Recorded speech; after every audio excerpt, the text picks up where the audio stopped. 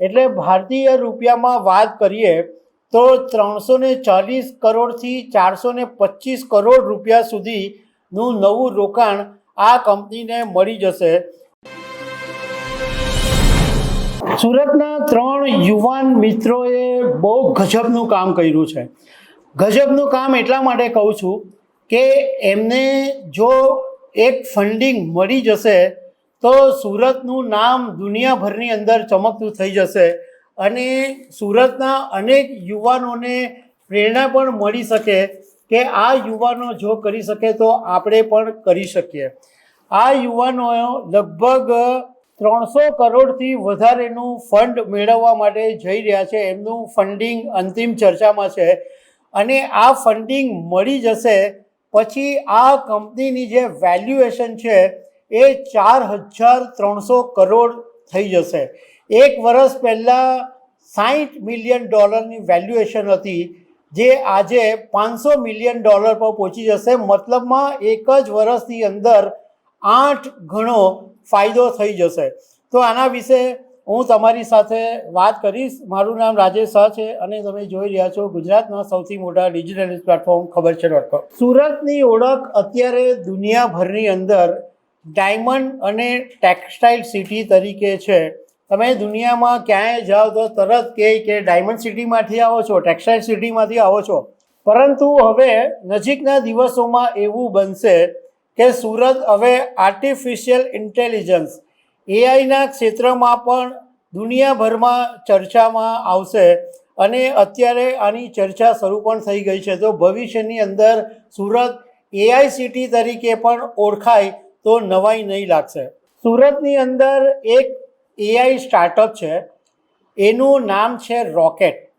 એ ખૂબ ફંડિંગ રાઉન્ડની એકદમ નજીક પહોંચી ગયું છે અને જો આ ડીલ પૂરી થશે તો કંપનીને $40થી $50 મિલિયન એટલે ભારતીય રૂપિયામાં વાત કરીએ તો 340 કરોડથી 425 કરોડ રૂપિયા સુધીનું નવું રોકાણ આ કંપનીને મળી જશે.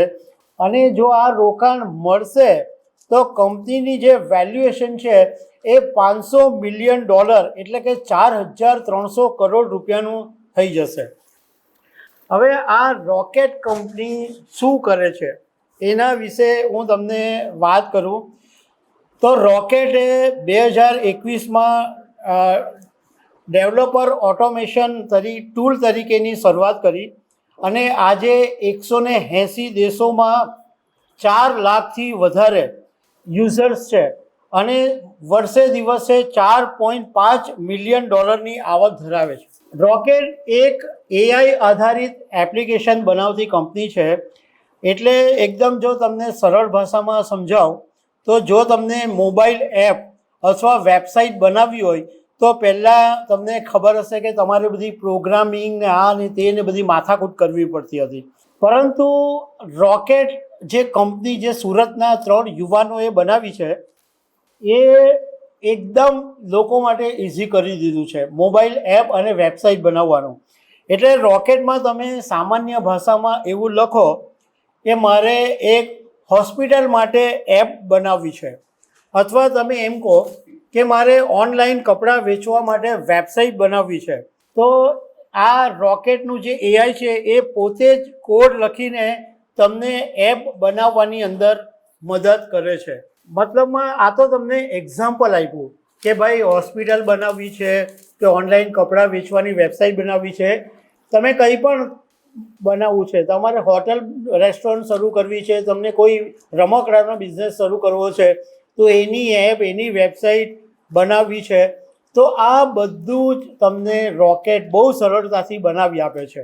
અને આ જે ટેકનોલોજી છે એને આજે વાઇબ કોડિંગ અથવા એઆઈ એપ બિલ્ડિંગ તરીકે ઓળખવામાં આવે છે. અને આ કંપનીના જે માલિકો છે એ જે 3 યુવાનોની તમારી સાથે હું વાત કરું છું આ રોકેટ કંપનીના સ્થાપક છે. એક છે વિશાલ વિરાણી, બીજા રાહુલ સિંગાડા અને ત્રીજા છે દીપક ધાનક. આ 3 મિત્રોએ સુરતમાંથી જ કંપની શરૂ કરેલી છે અને આ જ્યારે 3 મિત્રોએ પહેલાં કંપની શરૂ કરી ત્યારે એનું નામ DHIWISE એટલે ધ વાઇઝ હતું, પરંતુ પછી કંપનીએ પોતાનું ફોકસ ફેરવ્યું અને AI આધારિત એપ ડેવલપમેન્ટ પર કેન્દ્રિત કર્યું અને એનું નામ બદલીને પછી રોકેટ રાખવામાં આવ્યું. એટલે અત્યારે એક મીડિયાની અંદર એવા સમાચાર સામે આવ્યા છે કે રોકેટ હાલની અંદર 40થી 50 મિલિયન ડોલરનું નવું ફંડિંગ ઉઠાવવાની તૈયારીમાં છે અને એક જાણીતી ઇન્વેસ્ટમેન્ટ કંપની છે 361 એસેટ, અને આ કંપની આ રોકેટમાં ઇન્વેસ્ટમેન્ટ કરવા માટે ખાસી રસ ધરાવી રહી છે. અને એવું પણ જાણવા મળ્યું છે કે આ 361 એસેટ કંપની છે એ કંપની એકલી રોકેટની અંદર 20થી 25 મિલિયન ડોલરનું રોકાણ કરી શકે છે અને અન્ય રોકાણકારો પણ આની અંદર રોકાણ કરી શકે છે. અને ખરેખર આ વાત સમજવા જેવી છે કે આ કોઈ સામાન્ય સિદ્ધિ નથી, આ બહુ જ મોટી વાત છે. કારણ કે 1 વર્ષ પહેલાં કંપનીનું જે વેલ્યુએશન હતું એ 60 મિલિયન ડોલરનું હતું અને હવે સીધું 500 મિલિયન ડોલરનું એટલે 4300 કરોડ એટલે 8 ગણું વેલ્યુએશન વધી જવાનું છે. વર્ષ 2025માં પણ રોકેટ કંપનીએ 15 મિલિયન ડોલરનું ફંડિંગ મેળવ્યું હતું અને એ વખતે પણ દુનિયાની જે મોટી મોટી જાયન્ટ ઇન્વેસ્ટમેન્ટ કંપનીઓ છે એમણે રોકેટની અંદર ઇન્વેસ્ટમેન્ટ કરેલું હતું. સેલ્સફોર્સ વેન્ચર્સ, એસલ, ટુગેધર ફંડ, આવા બધી જે દુનિયાની જાણીતી કંપનીઓ છે એમણે રોકાણ કરેલું હતું. હવે સવાલ એ ઊભો થાય છે કે ઇન્વેસ્ટરોને આ રોકેટ કંપનીની અંદર રસ કેમ પડી રહ્યો છે? શું કામ આટલા બધા રૂપિયા રોકવા માટે ઇન્વેસ્ટરો તૈયાર થઈ રહ્યા છે? તો એનું સૌથી મોટું કારણ એ છે કે આજે દુનિયાભરની અંદર એઆઈનો જે ઝડપથી વિકાસ થઈ રહ્યો છે એ જોતાં એનું ભવિષ્ય લાગી રહ્યું છે. બીજું, કંપનીઓ એવા પ્લેટફોર્મની શોધ કરી રહી છે જે ઓછા સમયમાં ઓછી મહેનતની અંદર સોફ્ટવેર બનાવી શકે અને રોકેટ કંપનીએ આ જ સમસ્યાનો ઉકેલ શોધીને આપ્યો છે. અને રોકાણકારોને એવું લાગે છે કે ભવિષ્યની અંદર કંપનીઓની માંગ વધી શકે છે. હવે આ જે રોકેટ કંપની 340થી 425 કરોડનું ફંડ મેળવશે તો એનો ઉપયોગ શેમાં કરશે? તો એવું જાણવા મળ્યું છે કે આ ફંડનો ઉપયોગ છે એ વધુ શક્તિશાળી આર્ટિફિશિયલ ઇન્ટેલિજન્સ ટેકનોલોજી બનાવવાનું છે. નવા પ્રોડક્ટ વિકસાવવા માટે આ ફંડનો ઉપયોગ થવાનો છે.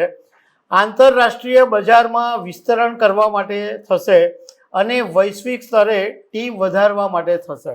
સુરત માટે આ ડીલ મહત્ત્વની એટલા માટે છે કે ઘણા બધા લોકો એવું માને કે જે ટેક કંપનીઓ છે એ માત્ર બેંગલુરુ, હૈદરાબાદ કે પૂનાની અંદર જ છે, પરંતુ આ સુરતના 3 યુવાનોએ બનાવેલી રોકેટ કંપનીએ સાબિત કરી દીધું છે કે સુરતમાંથી પણ વિશ્વ સ્તરની એઆઈ ટેકનોલોજી ઊભી થઈ શકે છે. અને ખરેખર આ બહુ જ મહત્ત્વની વાત છે. એટલે મોરલ ઓફ ધ સ્ટોરી એ છે કે સારા મિત્રો ભેગા થાય તો સારું કામ કરી શકે છે. બીજી મોરલ ઓફ ધ સ્ટોરી એ છે કે જો કન્સિસ્ટન્સી એટલે એક સતત કામ કરવામાં આવે અને પોઝિટિવ માઇન્ડસેટથી કામ કરવામાં આવે તો તમને પૈસા આપનારા લોકોની ખોટ નથી.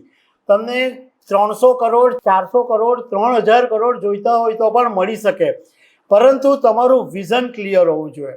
તો આ સુરતના યુવાનો માત્ર સુરત નહીં, ગુજરાત નહીં, પરંતુ દેશભરના યુવા એન્ટરપ્રિન્યોર માટે એક પ્રેરણા છે કે તમે ધારો તો ઓછા સમયની અંદર ક્યાંથી ક્યાં પહોંચી શકો છો. તો દર્શક મિત્રો, આવી અનેક વાતો સાથે અમે તમને મળતા રહીશું. આભાર.